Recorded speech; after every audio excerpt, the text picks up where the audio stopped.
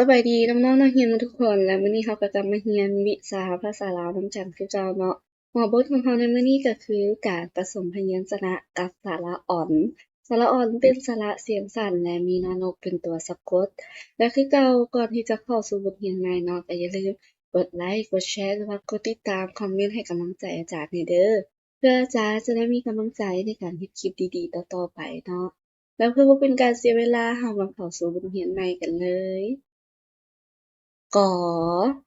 อ่อนก่อนก่ออ่อนก่อนหออ่อนขอนคออ่อนขอนคออ่อนคอนคออ่อนคอนงออ่อนงอนงออ่อนงอนจออ่อนจอนจออ่อนจอนสอ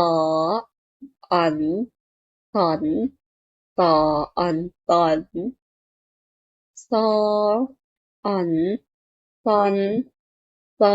อ่อนซอนยออ่อนยอน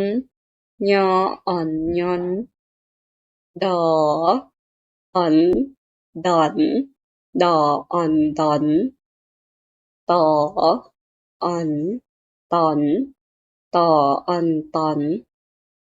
ถออ่อนถอนทออ่อนถอนทออ่อนทอนทออ่อนทอนนออ่อนนอนนออ่อนนอนบ่ออ่อนบ่อนบ่ออ่อนบ่อนปออ่อนป่อนปออ่อนป่อนผออ่อนผ่อนพออ่อนผ่อนฝออ่อนฝอนปออ่อนฝอนพออ่อนพอนพออ่อนพอนฟออ่อนฟอนฟออ่อนฟอนมออ่อนมอนมออ่อนมอนหยออ่อนหย่อนยออ่อนหย่อนลออ่อนลอนลออ่อนลอนลออ่อนลอนลออ่อนลอนวออ่อนวอนวออ่อนวอนหออ่อนหอนหออ่อนหอนอ๋ออ่อนอ่อนอออ่อนอ่อนหออ่อนหอนหออ่อนหอนงออ่อนงอนงออ่อนงอนหยออ่อนหย่อนหยออ่อนหย่อนหนออ่อนหนอนหนออ่อนหนอนหมออ่อนหมอนหมออ่อนหมอนหลออ่อนหลอนหลออ่อนหลอนหวออ่อนหวอนหวออ่อนหวอนก่ออ่อนก่อนขออ่อนขอนคออ่อนคอนงออ่อนงอน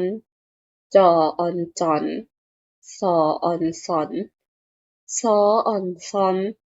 ยออ่อนย้อนดออ่อนดอนต่ออ่อนตอนทออ่อนทอนทออ่อนทอนนออ่อนนอนบออ่อนบอนปออ่อนปอนพออ่อนผ่อน